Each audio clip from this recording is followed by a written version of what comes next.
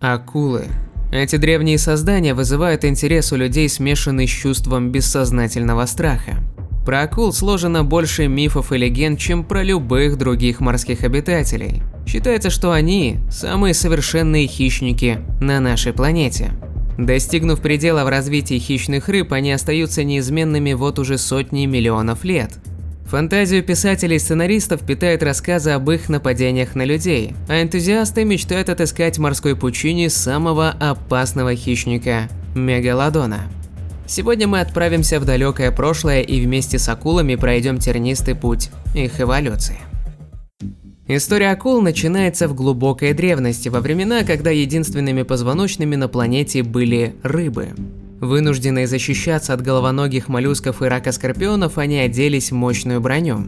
Эти панцирные существа острокодермы не имели челюстей. Они питались детритом и беспозвоночными, фильтруя донный ил. Но к середине силурийского периода ситуация изменилась. Окостеневшие жаберные дуги сформировали челюсти, а покрывающие их пластинки чешуи превратились в зубы. Добыча стала активным хищником.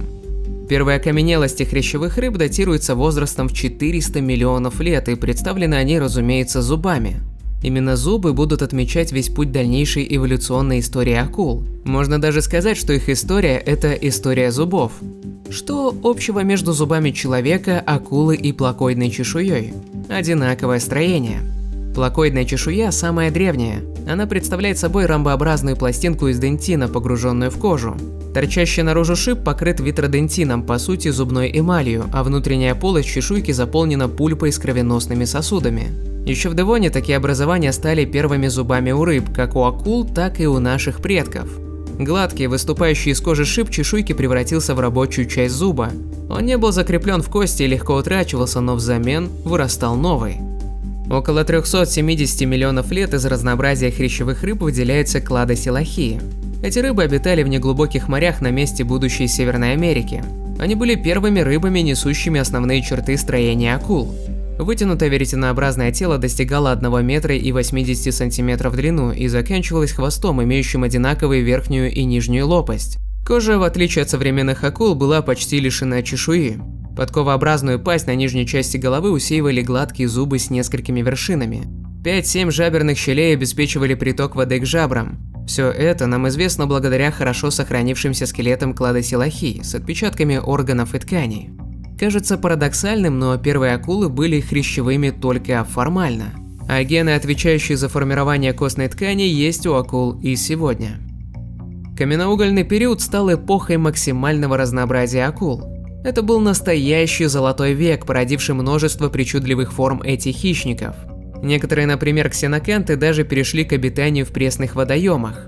Разнообразие типов зубов позволило акулам занимать множество экологических ниш, питаясь различной добычей.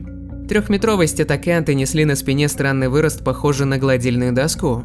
У геликоприонов зубной ряд образовывал спираль, похожую на диск циркулярной пилы.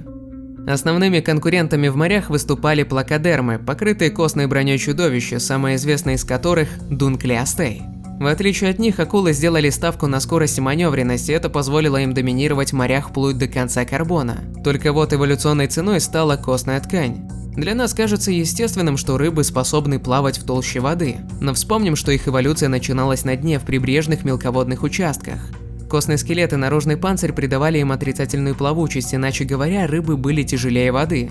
При таком положении активное передвижение в толще воды требует усиленной работы мышц и большего расхода энергии. Снизить нагрузку на мышцы можно только одним путем – приобрести нулевую плавучесть. Костные рыбы достигли этого благодаря плавательному пузырю. Вырост кишечника, заполняемый газом, позволил им освоить все водоемы планеты и даже выйти на сушу. А что касается акул, их костная ткань постепенно заменилась хрящом, облегчая вес рыбы. Помогла снизить плавучесть и огромная жирная печень, составляющая до 30% от массы акулы. Строение тела, позволившее акулам доминировать в карбоне, оказалось недостаточно эффективным. В пермском периоде эволюция акул резко замедлилась, костные рыбы начали вытеснять их из экосистем. А 245 миллионов лет назад катастрофа конца пермского периода нанесла акулам колоссальный урон. Изменения климата, продолжающиеся весь пермский период, привели к критическому понижению уровня моря. В то же время усилилась вулканическая активность. Выброс в атмосферу ядовитых газов вызвал вулканическую зиму из окисления океанической воды. Нескольким выжившим видам акул предстояло сражаться за жизнь в совершенно новом мире. Восстановление биосферы после Великого Пермского вымирания шло очень быстро. Освобождение множества экологических ниш подстегнуло эволюцию, и акулы не остались в стороне. Но не только они. Резкое сокращение числа крупных водных хищников позволило рептилиям перейти к водному образу жизни. Примитивные ихтиозавры появляются уже в раннем Триасе. Несколько позже в моря уходят нотозавры, чтобы породить плезиозавров. Из археозавров выделяются крокодиломорфы, и к юрскому периоду часть из них также осваивает морскую стихию. Моря становятся ареной жестокой конкуренции между акулами и рептилиями, в которой костным рыбам по большей части остается роль добычи.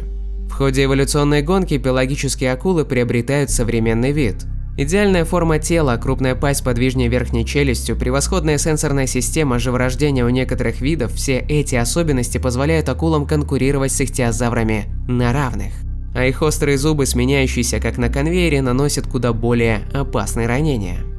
Постепенно акулы начинают вытеснять рептилии из экологических ниш хищников среднего размера, но остаются в тени гигантов. Насколько обостренной была борьба, можно судить по следующему факту. В середине мелового периода в результате синомано-туронского вымирания ихтиозавры сходят с дистанции, и сразу же появляется замена. Крупные акулы длиной от 6 до 10 метров, такие как Патикодус мартони и другие. Уже в юрском периоде появляются представители тех отрядов акул, которые существуют и сегодня – кархаринообразные, ламнообразные и прочие. Массовое вымирание в конце мелового периода подводит черту под веком господства пресмыкающихся как на суше, так и в морях. Не выживают даже мозазавры, эти весьма успешные родственники варанов, покорившие океан в конце мела. Потери среди хрящевых, в том числе и акул, составили всего 20% видов. В новую эру акулы вступают как полновластные хозяева морской стихии. Как и в начале Триаса, вымирание открыло экологические ниши в океане для новой группы животных. Ими стали млекопитающие. На протяжении всего кайнозоя разные группы млекопитающих переходили к водному образу жизни. Были среди них и хищные, и копытные, и даже водоплавающие ленивцы. Всех их поджидали в море зубастые акульи пасти. Возникает и новый тип зубов, широкие и треугольные, несущие зазубрины по режущему краю. В палеоцене появляются сверххищники – атодонтиды. Крупные особи превышают длину в 9 метров и охотятся не только на костных рыб, но и на других акул. С появлением морских млекопитающих атодонтиды включают их в свой рацион. Китообразные, чтобы противостоять акулам, становятся крупнее, достигая в эоцене современных размеров, но и акулы не отстают от них. К миоцену около 23 миллионов лет назад, по мнению большинства ученых, именно эволюция атодонтид приводит к появлению одного из крупнейших хищников в истории – мегалодон. Длина 15-18 метров и вес более 30 тонн. Огромные зубы с пилообразным краем, достигающие 18 сантиметров в длину. Колоссальная мощность челюстей, позволяющая вскрыть грудную клетку или перекусить хвостовой плавник кита. Мегалодон был властелином теплых шельфовых морей, предпочитая медлительных китообразных средних размеров. Большой размер и узкая специализация была основой его могущества и уязвимости. К концу плеоцена климат вновь вступает в полосу перемен. Начинается эпоха ледниковых периодов, уровень моря падает, а карта течений меняется, что приводит к исчезновению ряда шельфовых экосистем. Планктонные поля и пути миграции мелкой рыбы смещаются в холодные воды. Вслед за ними уходят киты и приходят новые хищники – касатки. Теплокровность позволяет им охотиться и в тропиках, и в полярных водах. Быстрые и невероятно умные стайные охотники способны справиться с любой добычей. Они загоняют косяки рыб в ловушки у скалистых берегов, выхватывают тюленей прямо с берега, потрошат живьем огромных китов и смотрят на богатую жиром акулью печень как на деликатес. Около 2,6 миллионов лет назад мегалодон вымер, не оставив наследников. Но с его вымиранием история акул вовсе не закончена. Сегодня, как и миллионы лет назад, они остаются успешным классом рыб, занимая разнообразные экологические ниши. Придонные виды с маскирующей окраской и уплощенным телом распространены в тропиках. Пелагические охотники, такие как ламнообразные, бороздят моря всей планеты. Китовая акула, хоть и питается планктоном, а не китами, является крупнейшей современной рыбой и достигает 12-18 метров в длину. А крупные акулы, такие как белая или тигровая, сохраняют свой статус сверххищника, находясь на вершине пищевой пирамиды.